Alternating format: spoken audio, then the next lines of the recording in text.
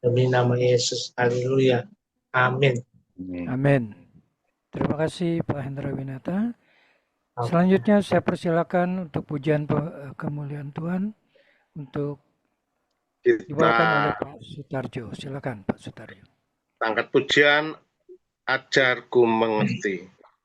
Ajarku mengerti segala rencanamu. Ajarku berserah hanya padamu.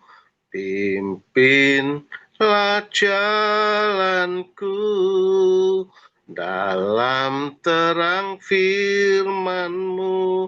Ajarku berharap hanya padamu. Ajarku mengerti segala rencanamu. Ajarku berserah hanya padamu. Pimpinlah jalanku dalam terang firman-Mu.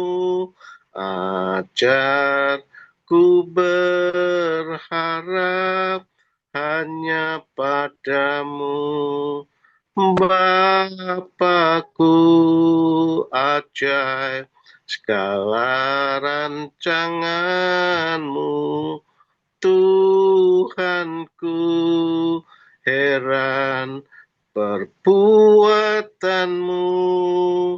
Engkau sanggup mengadakan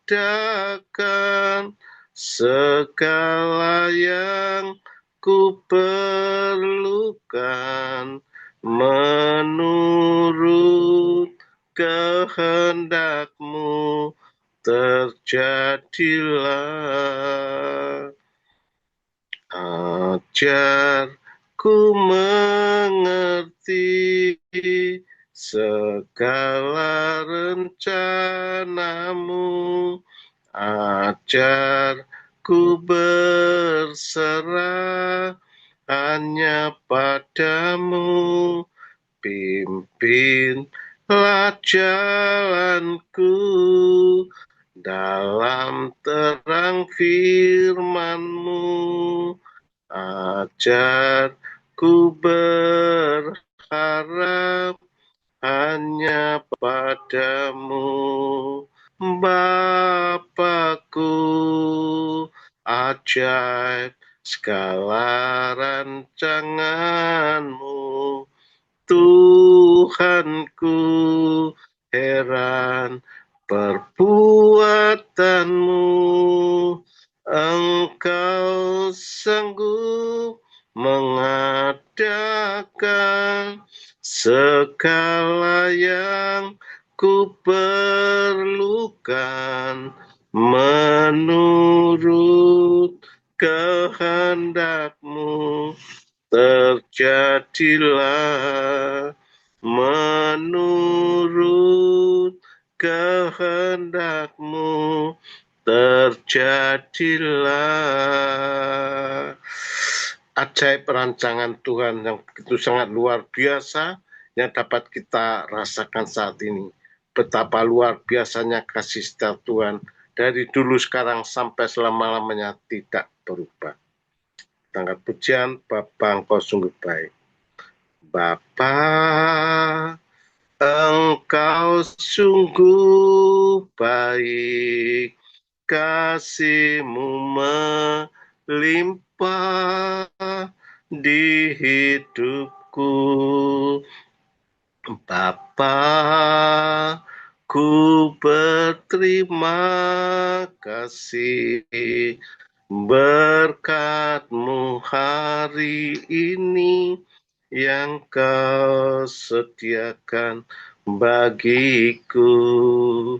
Ku naikkan syukurku buat hari yang Kau beri.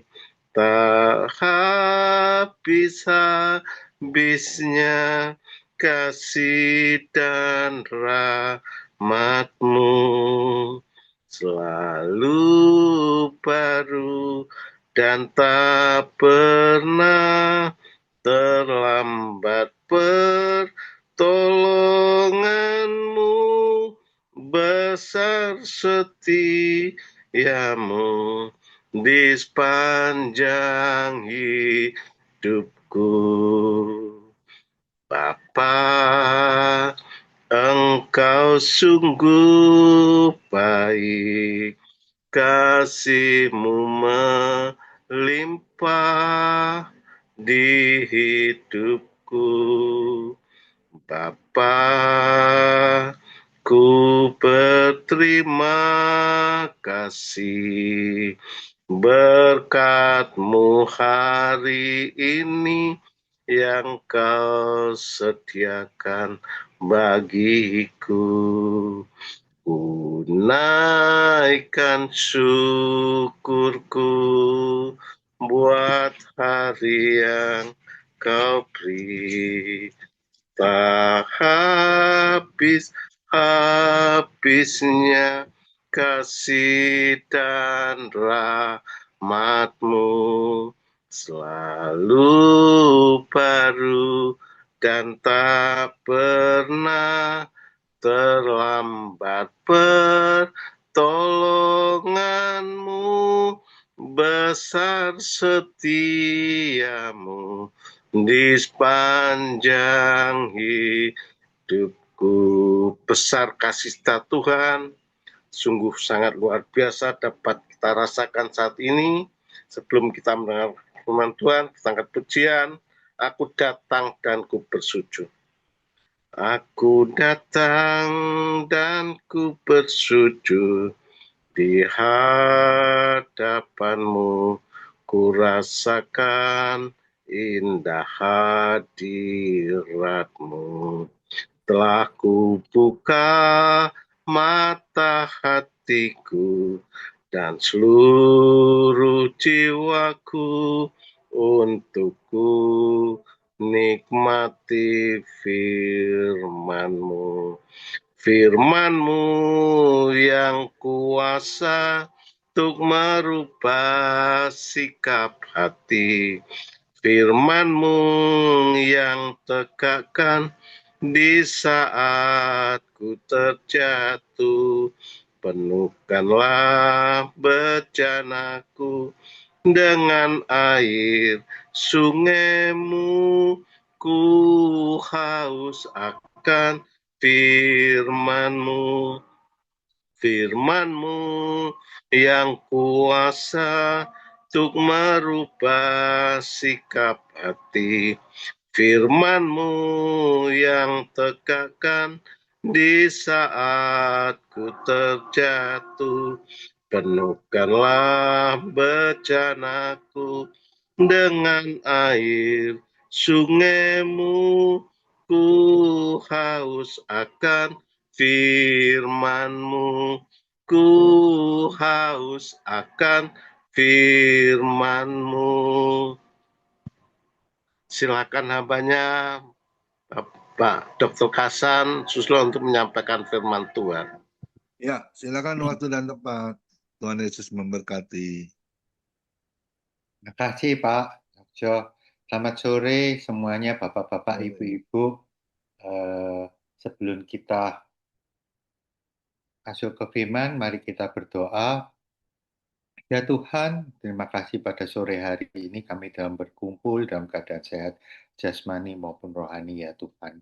Bimbinglah kami ya Tuhan sehingga kami dapat menerima sebagian dari firman-Mu ini ya Tuhan. Semuanya kami serahkan hanya di dalam tangan-Mu. Bagi yang siap katakan amin. Kemarin itu saya dimintai Pak Koming, kemudian sebetulnya judulnya itu pandangan sekuler tentang ayat 2 Timotius 3 sampai 1. Yang mana kalau dipunyai Pak Koming ini ceritanya bentar ya saya lihat ya. keadaan manusia pada akhir zaman.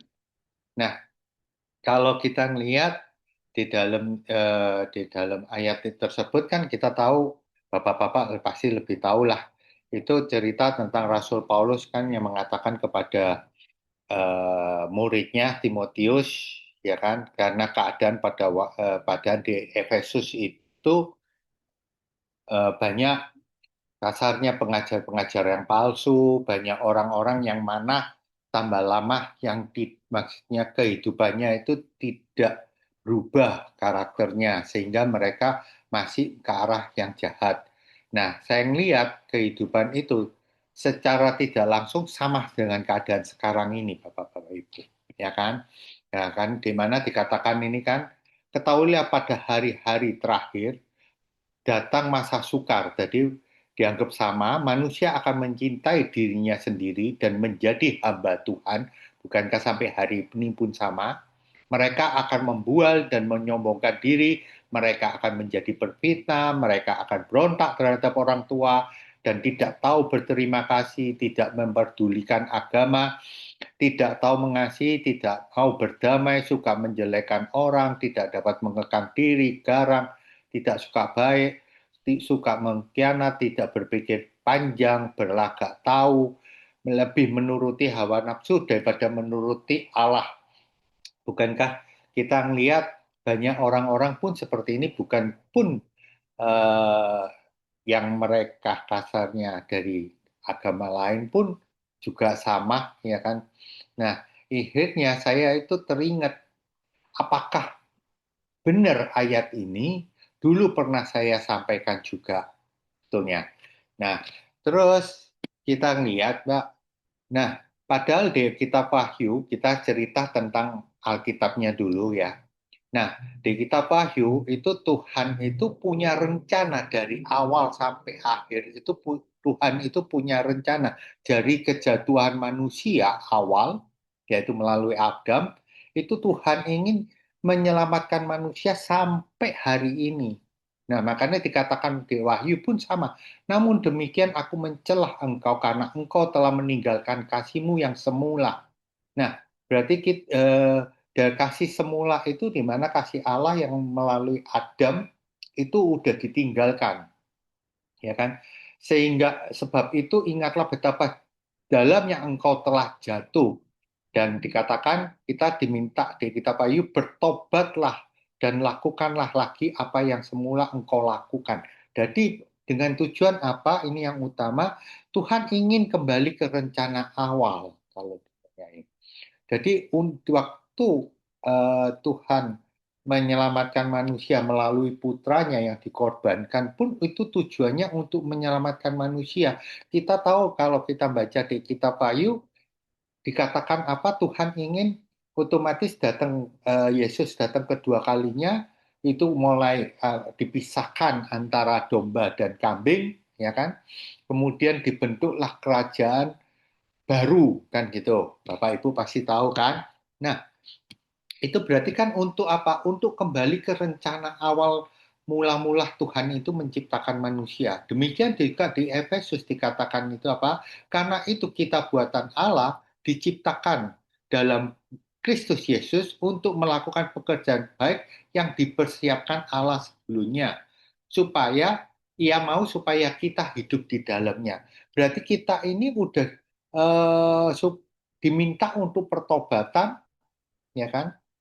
Kemudian melakukan pekerjaan seperti yang awal mula dipersiapkan Allah semuanya, kan gitu. Nah, tapi jadi tapi maksud saya bukan kita terus nganggapnya, oh berarti cuman kita pasti selamatkan semuanya. Tuhan itu ingin menyelamatkan semua manusia. Makanya dikorbankan putranya itu kan bukan untuk hanya orang Kristen, tapi pertobatan untuk yang pernah dilakukan Adam, kan itu yang ingin dilakukan Yesus kan.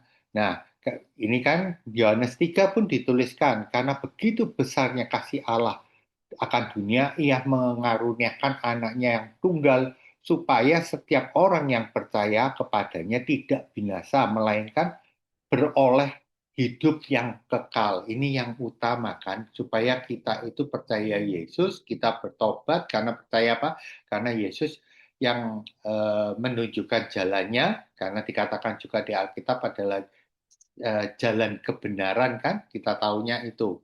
Nah, dan juga dikatakan apa? Barang siapa yang mengatakan bahwa ia ada di dalam dia, ia wajib hidup sama seperti Kristus. Jadi permintaannya Tuhan melalui ajaran Yesus diberikan kita, dicontohkannya, ya kan? Kemudian dikorbankan itu untuk menyelamatkan dosa-dosa awal kita. Nah, itu supaya karakter kita pun sama seperti Yesus, kan gitu. Dan kita menjalankan firman-Nya seperti Yesus, kan gitu. Nah, makanya kalau kita sebagai orang Kristen yang mana melakukan percaya, bertobat, kemudian dibaptis, ya kan? Berarti kita ini udah di dalam Dia. Kenapa? Kita udah pasti dibaptis itu atas nama Bapa dan Putra dan Roh Kudus. Berarti di dalam diri kita pun ada Roh Kudus, itu yang utama.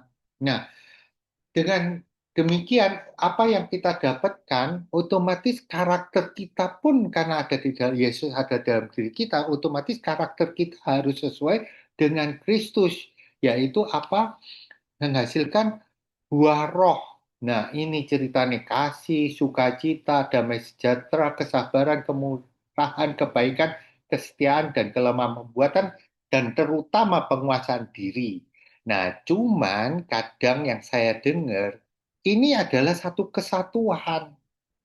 Kadang orang itu nganggapnya sebagian yang penting saya sukacita, yang penting saya damai sejahtera, tapi nggak ada kesabaran, nggak ada kemurahan, nggak bisa menguasai diri sampai hari ini. Kan nggak mungkin. Karakter Kristus itu satu. Nggak mungkin karakter beda-beda kan. Nah, kecuali kita karakternya masih bisa. Karena apa? Karena kita masih ada keinginan daging. Itu yang utama. Ini saya ceritakan secara Alkitab, di mana Tuhan ini ingin mengembalikan manusia seperti rencana semula, yang karakternya otomatis karena kita diciptakan serupa dan segambar Allah, berarti karakter kita pun sama seperti Allah. Nah, kalau seperti Allah, otomatis karakter kita seperti apa? Yesus. Nah, kalau karakter kita seperti Yesus, berarti sama seperti yang dituliskan, yaitu sesuai dengan Roh Kudus, buah Roh Allah ini. Nah, itu yang harusnya kita sebagai orang Kristen, ya kan? Pertumbuhan apa? Pertumbuhan untuk memperoleh buah Roh. Itu dari Alkitab. Ini rencana Allah, ya kan? Supaya kembali lagi, dan itu pun bukan tadi diceritakan untuk semua manusia. Berarti bukan untuk diri kita saja, tapi untuk turunan kita juga nantinya. Nggak mungkin bentuk kerajaan Allah terus turunan kita balik kayak zaman Nuh, kasari. Bapak Ibu pasti tahu di mana Nuh itu taat, tapi anak-anaknya, ya kan? Kok bisa seperti itu? Karena menurut saya, karena waktu zaman dulu itu Allah cuman menyuruhnya untuk melakukan perbuatan baik sesuai dengan hukum Taurat. Tapi Yesus ngajarkan itu perubahan, yaitu perubahan mindset. Perubahan mindset itu apa? Pikiran kita, hati kita. Makanya ada ayat dituliskan apa? Kasihilah Allahmu segenap hatimu, segenap pikiranmu, segenap hatimu. Jadi seluruhnya, bukan kita cuma logika berdasarkan perbuatan, tapi hati kita nggak tahu. Ya memang tiap orang kita nggak tahu hati. Orang yang tahu orangnya sendiri, ya kan? Kasarnya gini, perbuatan baik. Orang itu berbuat baik, melayani segala macam, ya kan? Tapi hatinya kita nggak tahu. Mungkin dia masih ada iri hati segala macam. Wah, jadi kasarnya kayak orang munafik, kan gitu. Nah, itu secara spiritual yang Tuhan inginkan, yang saya ingin ceritakan awal. Nah, ternyata di dalam sains itu dibedakan, saya ingatkan. Karakter sama kepribadian itu beda. Ini kesalahan karena bahasa Indonesia. Kepribadian itu bahasa Inggrisnya itu personality. Karakter itu ego personality, ego states. Ego states, ego yang sesuai dengan state keadaan saat itu. Nah, berarti sesuai karakter. Keadaan itu kalau kita marah sesuai karena suasana nggak nyaman segala macam, itu ego kita yang muncul, itulah karakter marah misalnya itu. Nah, gabungan antara karakter dan kepribadian ini, kepribadian itu mendukung akhirnya namanya ego personality. Nah, dalam bahasa Indonesia saya tanya Bapak-bapak Ibu, personality apa Bapak Ibu pasti jawab? Kepribadian. Kalau ego personality, saya jawabnya apa? Bahasa Indonesianya. Pasti jawabannya kepribadian. Padahal enggak. Gabungan antara ego state dan kepribadian itu namanya ego personality. Kepribadian ini tidak bisa diubah. Karena makanya di dalam secara psikologi kepribadian itu Bapak tahu ada introvert, ekstrovert, kemudian ada 4 itu melankolis, plekmatis, ya kan, sanguis, koleris, itu netral. Karakter ini itu sesuai dengan kehidupan pengaruh dari kehidupan sehari-hari. Karena didikan, perilaku, itulah terbentuknya karakter sebetulnya.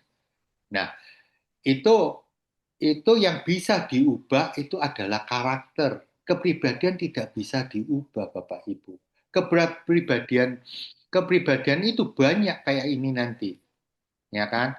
Nah, saya cerita di dalam sekarang, kenapa saya tadi bilang tambah lama tambah rusak, saya ingin ceritakan karena tadi hubungannya Tuhan ingin mengubah kita itu karakternya seperti Allah.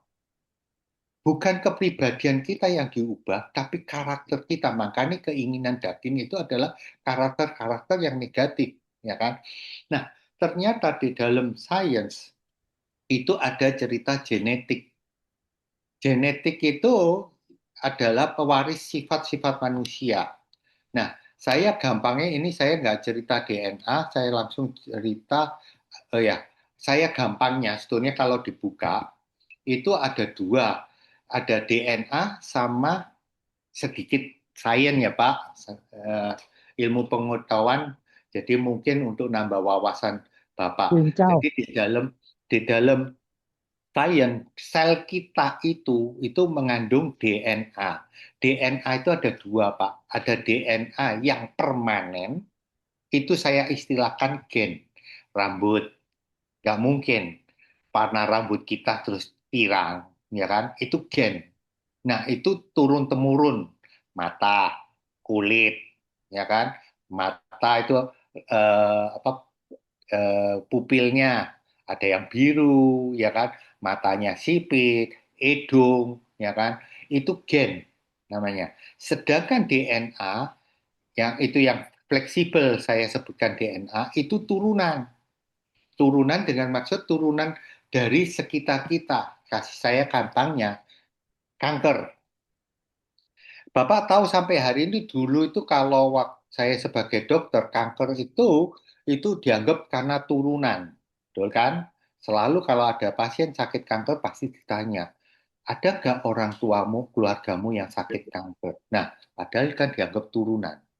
Nah, walaupun turunan tersebut tidak secara langsung, dengan maksud gini, kanker itu ada misalnya bapak ibunya kena kanker, ada salah satu kena kanker, orang tuanya kena kanker, anaknya nggak mesti tiga-tiga kena kanker. Bisa salah satunya, bisa enggak, bisa juga di cucunya. Jadi kanker itu tetap diturunkan. Nah, demikian juga penyakit-penyakit yang lain. Diabetes, kolesterol, asam urat, itu diturunkan. Tapi tidak secara langsung menurunkan. Tergantung dengan anaknya atau cucunya, pola hidupnya gimana. Kalau pola makannya salah, pola pikirnya salah, tidurnya salah, dengan maksud istilah lebih lifestyle-nya yang salah, otomatis akhirnya jadilah penyakit. Bapak Ibu pasti tahu, dokter selalu bilang gitu. Nah, berarti menunjukkan apa? Kanker ini termasuk bisa diubah kalau pola hidup kita benar. Itulah namanya DNA fleksibel. Demikian juga dengan karakter, Bapak Ibu tahu.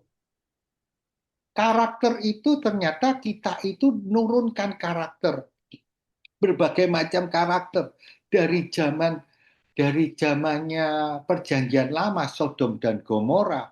Itu Bapak baca, itu zaman itu banyak LGBT, ya kan? Kehidupan seksual yang tidak karuan. Nah, saya zaman waktu kapan itu pernah saya nerangkan tentang istilah itu, ya, teori ini istilahnya kalau Bapak mau lihat itu namanya epigenetik. Jadi genetik yang dipengaruhi oleh lingkungan yang bisa diubah kalau kita lingkungannya pun berubah. Itu namanya epigenetik. Dulu menganggap yang mana kita tahu di Thailand itu banyak transgender, banyak waria. Nah, awal saya nganggap mereka itu karena tingkah lakunya nggak benar. Ternyata enggak. Bapak lihat anak-anak kecil pun sudah tingkah lakunya seperti itu. Ternyata karena ada teori ini, kemungkinan di atas-atasnya pun sama. Nah, Bapak lihat sekarang sering ditangkap yang mana terjadi hubungan sesama jenis gay yang di mana di hotel-hotel banyak. Kalau ditanya, apakah orang tuanya gay? Enggak, Bapak Ibu. Mereka ganteng-ganteng, keker-keker badannya, ya kan? Tapi kenapa kok bisa gay? Nah, ternyata mereka semua kita pun punya genetik karakter-karakter negatif. Ya. Tergantung sekarang tergantung dengan pola pola kehidupan lifestyle kita. Kalau kita salah, akhirnya terjadilah pencetus, akhirnya timbullah karakter itu. Nah, yang gampang lagi, Bapak Ibu tahu pasti kalau udah punya cucu, Pak Boy ke Pak Koming, atau semuanya yang udah punya cucu, saya belum punya cucu, bentar lagi. Kalau ditanyai pasti ada orang ngomong gini, "Dia persis kayak engkong nih ya sifatnya." Yolah, wong itu anak papa mama ini kenapa kok langsung ke engkongi? Nah, itu secara tidak langsung karakter yang dibawa dari karakter orang tuanya, karakter engkongnya, kakek neneknya kan nurun ke orang tuane turun ke kita. Itu kan turun-temurun terus. Lah zaman dulu sampai sekarang kan juga sama berbagai macam karakter. Nah, itu istilahnya kalau di ini Bapak baca, lu kok ada DNA cetak biru. Nah, cetak biru itu gen tadi itu aslinya orang itu nggak bisa berubah. Itu cetak biru. Yang tadi saya bilang DNA permanen atau gen, ya kan? Biar nggak bingung saya. Nah, kemudian RNA ini itu yaitu tadi adanya sesuatu perilaku atau lingkungan atau didikan sehingga dia yang kasarnya seperti memprovokatori atau mencetuskan gen ini DNA ini muncul, itu namanya RNA. Akhirnya ketemulah yang ini kalau secara teori epigenetik asalnya DNA ketemu RNA. Saya ngasih gampang, asalnya mur itu seperti ini, macam-macam karakter ini kayak karakter ya. Mur ini macam-macam, ada yang segi 5, segi 4, ada bentuknya seperti ini. Kemudian ini pun kalau ketemu bentuknya kan beda-beda. Kalau ketemu apanya laki A-nya katanya. Nah, itu karakter orang pun berbeda-beda kalau ditanyain. Nah, tiap manusia itu berbagai macam karakternya seperti ini kalau ditanyain. Nah, ini yang saya cerita, ya kan? Ternyata adik manusia itu banyak macam-macamnya. Nah, ini istilah. Dan pertanyaannya, yang dimaui oleh Yesus itu adalah supaya karakter kita itu berubah. Saya kembali ke cerita tadi Nuh. Nuh itu taat ambil Tuhan. Dia nggak peduli cemooh orang segala macam. Tapi pertanyaan Bapak lihat, kenapa anaknya kok nggak taat? Ya kan? Nah, maka nih pertanyaan, apakah saya bukan negatif, apakah hatinya Nu itu sesuai? Kalau kita ngelihat, enggak.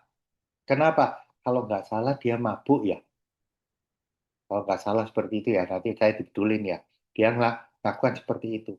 Berarti kan cuman hanya perbuatannya, makanya Tuhan Yesus datang untuk mengubah kita, pikiran dan hati kita. Dia diajarkan seperti itu. Jadi bukan cuman pikiran aja, tapi hati kita pun dikasihkan ke Tuhan. Itu yang diutamakan. Dengan maksud otomatis karakter kita itu harus sesuai dengan Kristus. Pertanyaannya, apakah sampai hari ini ada yang kasarnya? Kalau dibilang nggak ada yang sempurna, Pak, sempurna kan Allah, Yesus, karena dia anak Allah. Benar.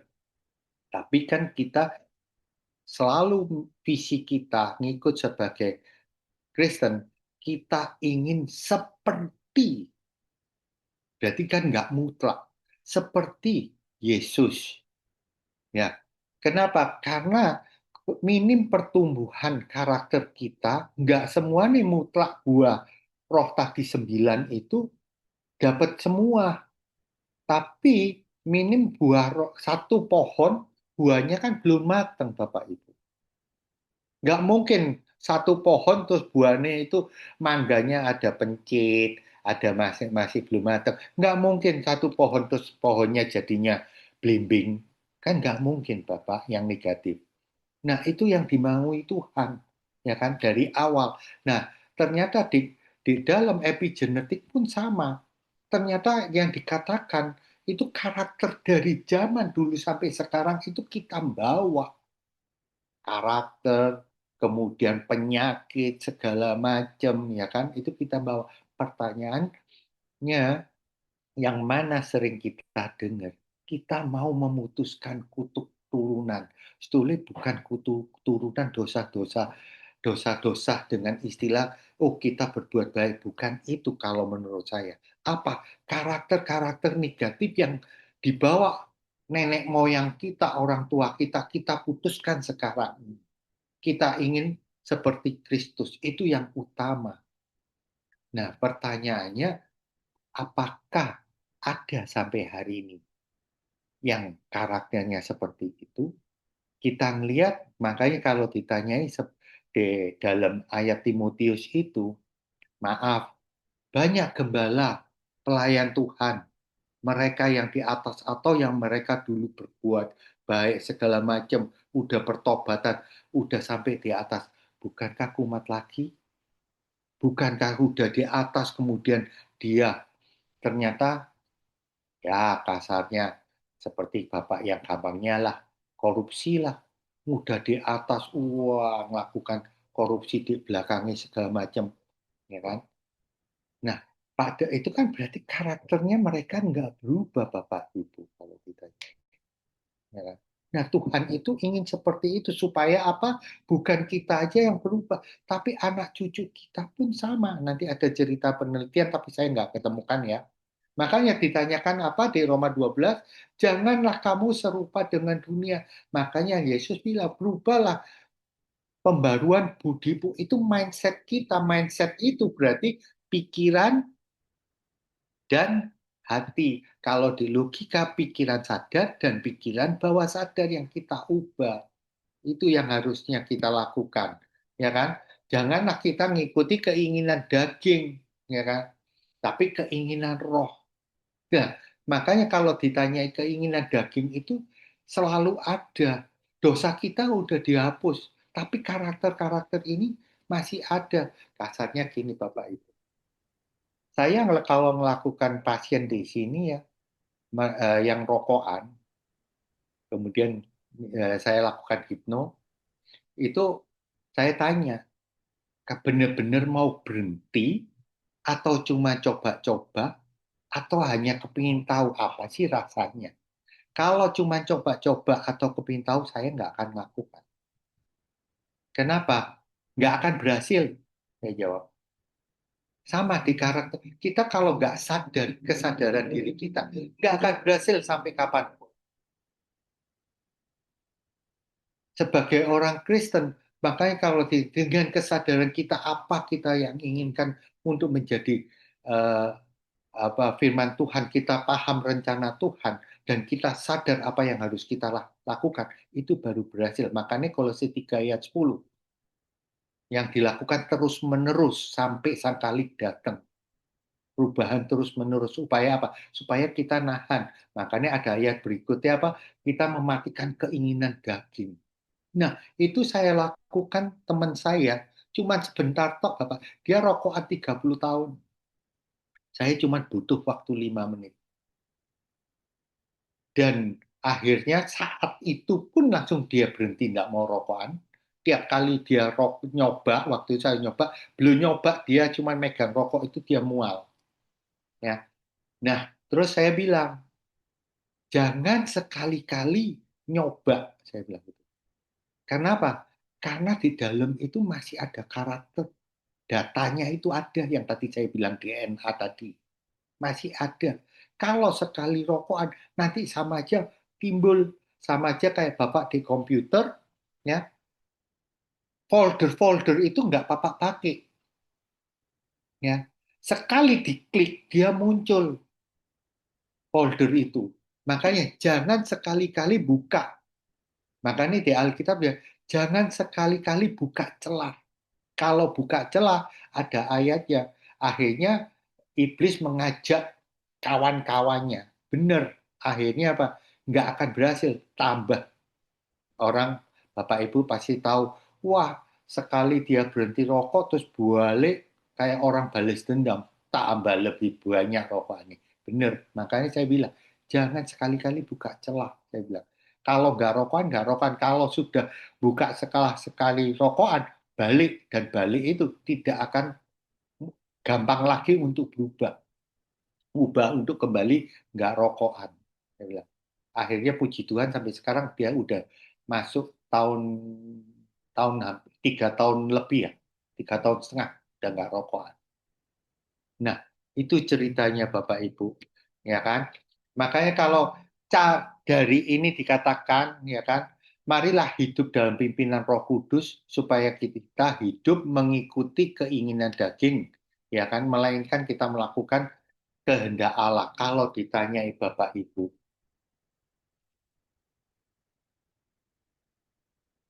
dari teori yang sekuler tadi, saya meneliti kemarin dalam penelitian akademik, saya S2 kemarin, ternyata dari psikologi itu tidak akan berhasil, Bapak Ibu. Kalau saya melakukan sendiri.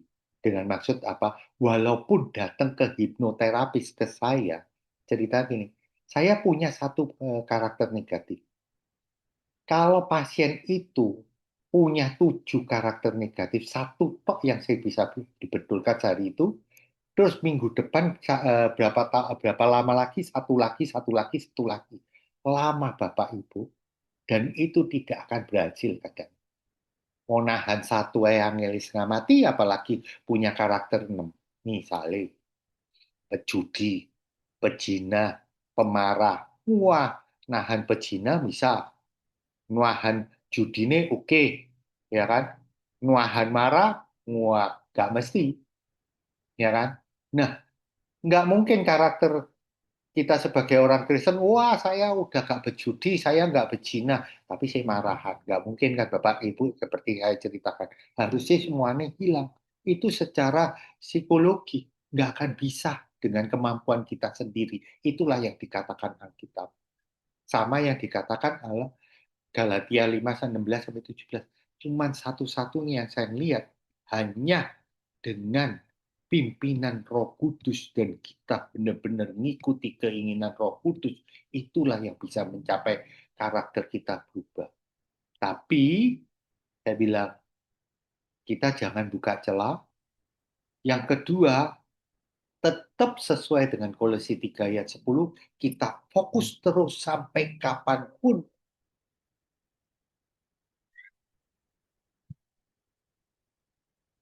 baca firman, mengikuti perintah firman, itu yang harus kita lakukan salah satu nih. Sehingga Roh Kudus ini selalu mengingatkan, membimbing kita, itulah keberhasilannya. Nah, jadi makanya saya bilang, secara sekuler, apa yang dikatakan di dalam 2 Timotius 3 tersebut, apakah mungkin terjadi? Iya, Bapak Ibu.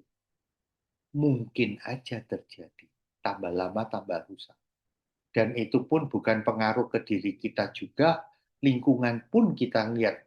Lingkungan pun cuaca udah tidak karu-karuan. Karena apa? Karena manusianya. Nggak ada yang sempurna. Dan terus apa yang harus kita lakukan? Bapak, Ibu, pelayan Tuhan, gembala, hamba Tuhan. Seperti Rasul Paulus bilang ke Timotius, ya kan? Ajarilah, maaf saya sekali lagi minta maaf, Bapak Ibu lebih senior. Banyak kita ajarin ke mereka jemaat adalah kebenaran firman Tuhan.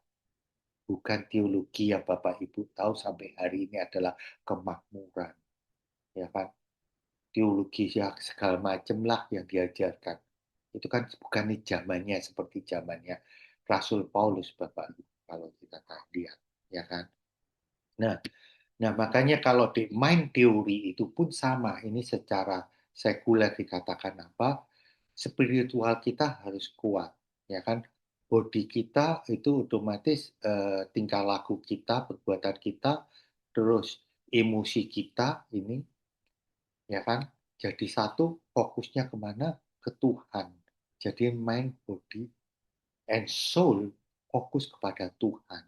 Itu yang utama. Kalau ditanyain, Pak, lah anak saya udah besar, mana mungkin bisa berubah? Bapak Ibu pasti tahu pengalaman. Yang mana banyak kesaksian, yang mana dari satu orang yang berubah, akhirnya anaknya berubah, orangnya tuanya berubah. Bukankah seperti itu? Sama. Ternyata inilah yang menurut saya dikatakan di Yohanes.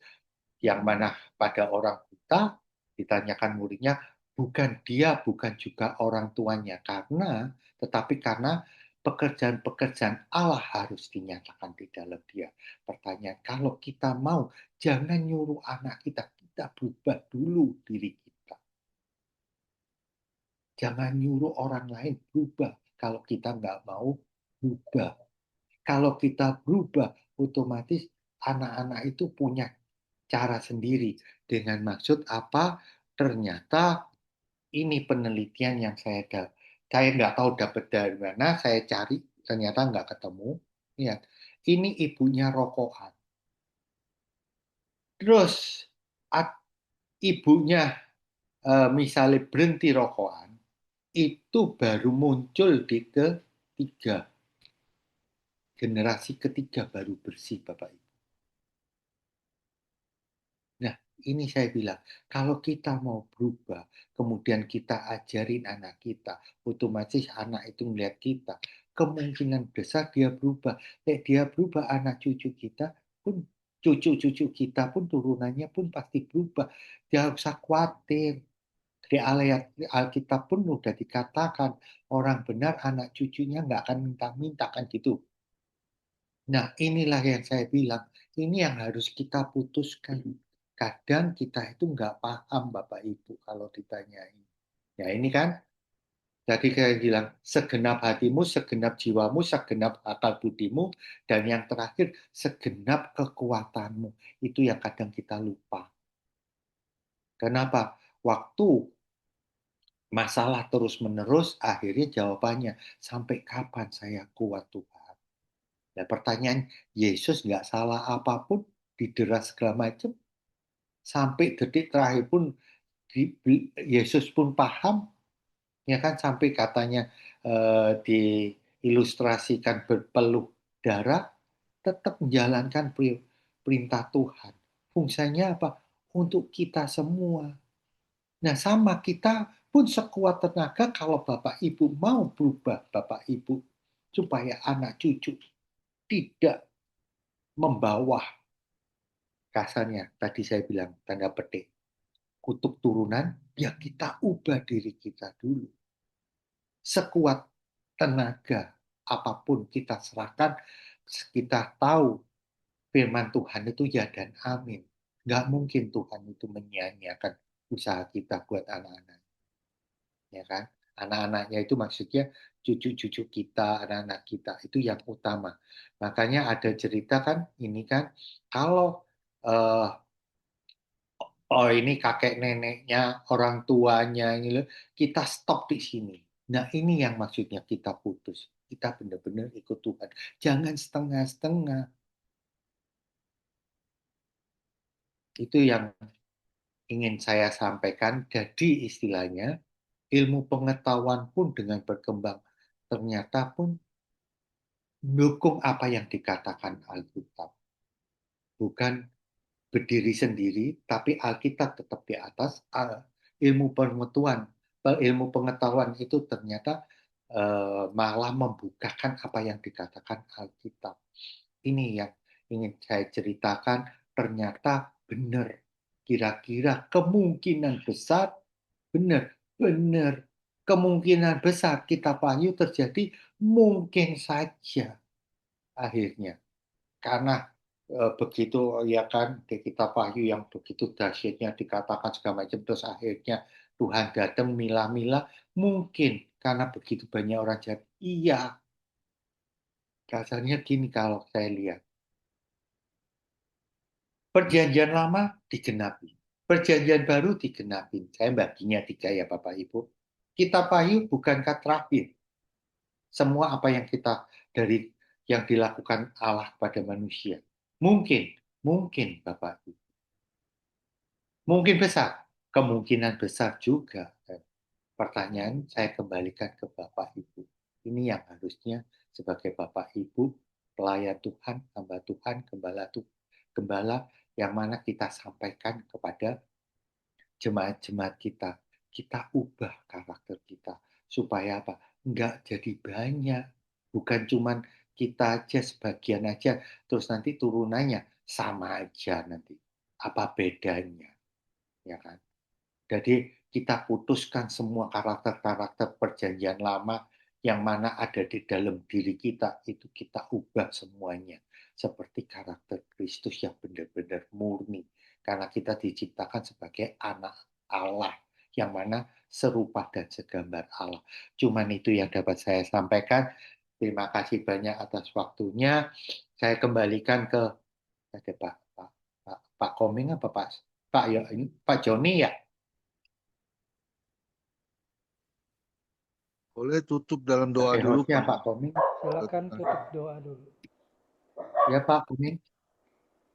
Tutup dalam doa dulu, Pak. Oke.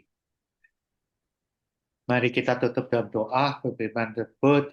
Ya Tuhan, terima kasih banyak pada sore hari ini kami telah menerima sebagian firman-Mu ya Tuhan. Kami mengerti, kami memahami apa yang Engkau rencanakan dan Engkau hendaki pada diri kami ya Tuhan. Bimbinglah kami ya Tuhan melalui Roh Kudus-Mu, sehingga kami dapat mengikuti rencana-Mu di dalam keluarga kami, sehingga sesuai dengan rencana-Mu di dalam sesama kami, di marketplace kami ya Tuhan, kita dapat menyampaikan kebenaran yang hendak Kau sampaikan melalui kami ya Tuhan. Bimbinglah kami ya Tuhan, sehingga kami kuat untuk menyampaikan firman-Mu, kebenaran-Mu dalam kehidupan sekarang ini yang begitu berat, begitu kacaunya ya Tuhan. Bimbinglah kami ya Tuhan, sehingga kami selalu tetap teguh akan firman-Mu ya Tuhan. Bagi yang percaya dan siap katakan. Amin.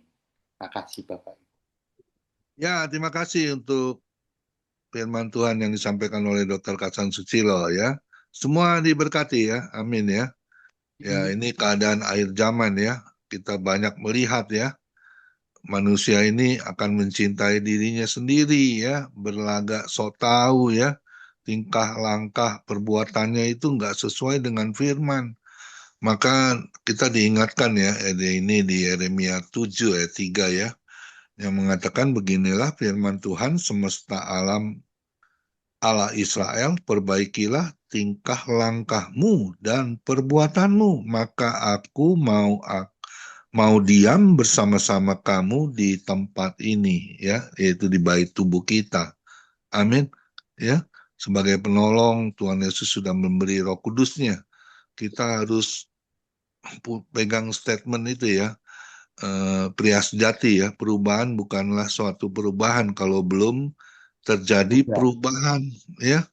Banyak manusia ini semua, maaf kata nih ya, yang saya lihat, saya jumpai pakai topeng ya. Tadi dikatakan oleh hambanya munafik ya. Banyak sekali saya jumpai seperti itu ya. Mulanya manis-manis, ngomongnya oke ya. Tapi setelah ada kesalahan, kita bukannya menghakimi ya, tapi kita mengingatkan, langsung keluar karakter aslinya ya. Bahkan dia sempat marah-marah ya, wah tuding-tuding kita ya. Terus akhirnya maaf kata nih ya, blokir kan WA kita. Nah ini masalah buat hidup kita ya. Seharusnya nggak boleh seperti itu ya, kan Tuhan Yesus mengajarkan kita di Matius 6 kan ayat 14-15, jika engkau tidak mengampuni, Bapakmu di surga juga tidak akan mengampunimu. Jadi perbuatan kita ini semua nothing, nggak akan bisa berarti apa-apa.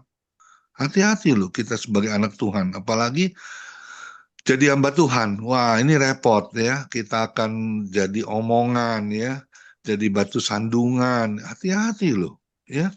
Makanya kita harus humble, kita harus rendah hati ya. Miliki buah roh ya, ada 9 itu ya buah roh ya, yang terutama kan kasih. Bagaimana kita mempraktekkan kasih kita dalam hidup? Kalau ngomong kasih sih gampang ya, tapi prakteknya loh nggak mudah. Ini bayar harga ya, dengan keegoisan kita ya, dengan karakter kita. Lu nggak tahu gue siapa ya? Nah, ini yang repot ya. Tapi saya percaya kita nggak boleh seperti itu ya. Firman Tuhan hari ini menegur kita keadaan akhir zaman itu. Kita harus pegang firman. Amin. Taat sama firman. Lakukan itu dalam hidup. Ya, Yakobus 1 ayat 22. Jadi jangan cuma dengar firman, yang terpenting dalam hidup kita, jadilah pelaku firman Tuhan. Amin. Terima kasih sekali lagi Dr. Kasan Susilo yang sudah memberkati kebenaran firman Tuhan. Kiranya Tuhan pakai terus ya, menjadi hamba yang setia, yang melayani Tuhan lebih sungguh. Istrinya juga, kedua anaknya, mantunya juga sebentar akan punya cucu ya, luar biasa ya. Jadi engkong nanti ya. Tuhan Yesus memberkati kita semua. Silakan lanjut dengan doa syafaat. Ibu Mulia Manalu ya. Silakan.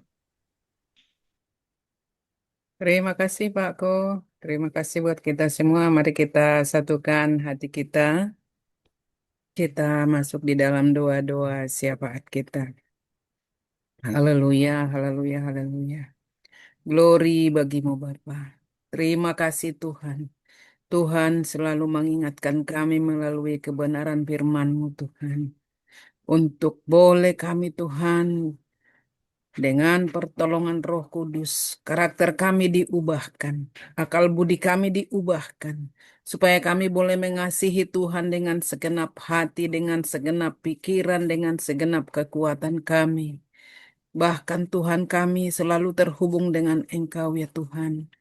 Karakter kami tidak akan bisa berubah dengan kekuatan kami sendiri, Bapa. Namun dengan pertolongan Roh Kudus-Mu, dengan bimbingan-Mu, Tuhan. Kami semakin indah di pemandangan-Mu di saat kami boleh menjadi terus hamba-hamba Tuhan yang taat setia di hadapan-Mu, Bapa. Berkati kiranya Bapa, hamba-Mu, Dokter Kasan Tuhan yang sudah mengajar kami kembali, mengingatkan kami melalui kebenaran firman-Mu. Biarlah Tuhan yang terus memakai hamba-Mu ini lebih luar biasa lagi Tuhan. Dimanapun melayani, dimanapun bersapilihan-Mu juga Tuhan. Kami memberkati mereka dengan doa kami Tuhan. Israel Bapa, boleh Tuhan mereka mengaku Yesus sebagai Tuhan. Yesus Kristus sebagai Tuhan bagi mereka Bapa. Tobatkan mereka Tuhan. Tuhan Yesus yang baik. Terima kasih Bapa. Inilah yang menjadi doa permohonan kami. Kami naikkan hanya di dalam nama anak-Mu Tuhan Yesus Kristus yang penuh kuasa. Haleluya. Amin.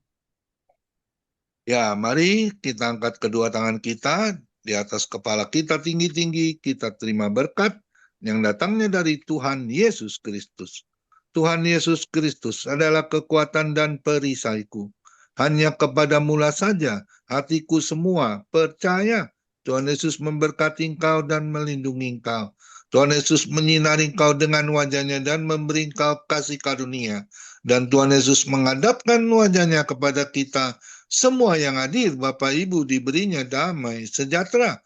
Kiranya Tuhan Yesus memberkati kesehatan Bapak, Ibu, anak, mantu, cucu. Semua dalam perlindungan Tuhan Yesus yang sempurna. Bahkan yang sakit malam ini juga Tuhan Yesus sembuhkan secara ajaib dan sempurna. Dan apapun yang dilakukan tangan kami khususnya di dalam bekerja, selalu dibuatnya berhasil dan beruntung di dalam nama Tuhan Yesus Kristus. Dan juga apapun yang kami lakukan di dalam pekerjaan Tuhan, selalu menjadi dupa yang harum di hadapan Tuhan. Perkenanan Tuhan Yesus selalu ada. Hati Tuhan Yesus disenangkan oleh pelayanan Bapak Ibu. Nama Tuhan Yesus ditinggikan, dipermuliakan, dan diagungkan.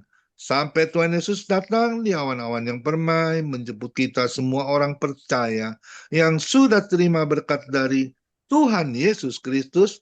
Sama-sama kita katakan, amin. Tuhan Yesus memberkati Tuhan kita berkati. semua. Silakan Bapak Anfal dari Bali, boleh memandu bincang-bincang Pak Anfal. Silakan. Tuhan Yesus memberkati kita semua. Amin. Pak Anfal masih ada?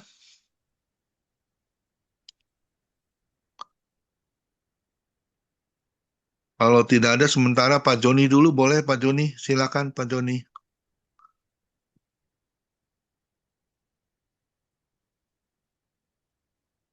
Pak Joni. Mic-nya belum dibuka Pak Joni.